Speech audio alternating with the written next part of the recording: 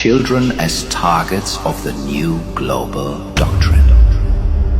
They always start with the youngest, not because they are weaker, but because they are easier to mold. The new generations are being prepared for a world that doesn't yet exist.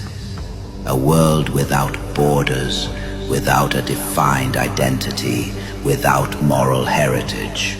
With every movie, song, series, and even in classrooms, small pieces are placed.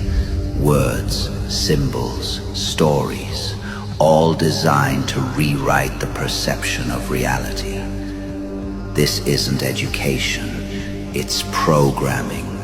The goal is to create citizens who will accept any rule as long as it's wrapped in the language of progress. While parents work, others shape their children's worldview. And when this generation takes power, they won't question the new order, they'll call it home. What's at stake is not just the future of one nation, it's the future of all humanity.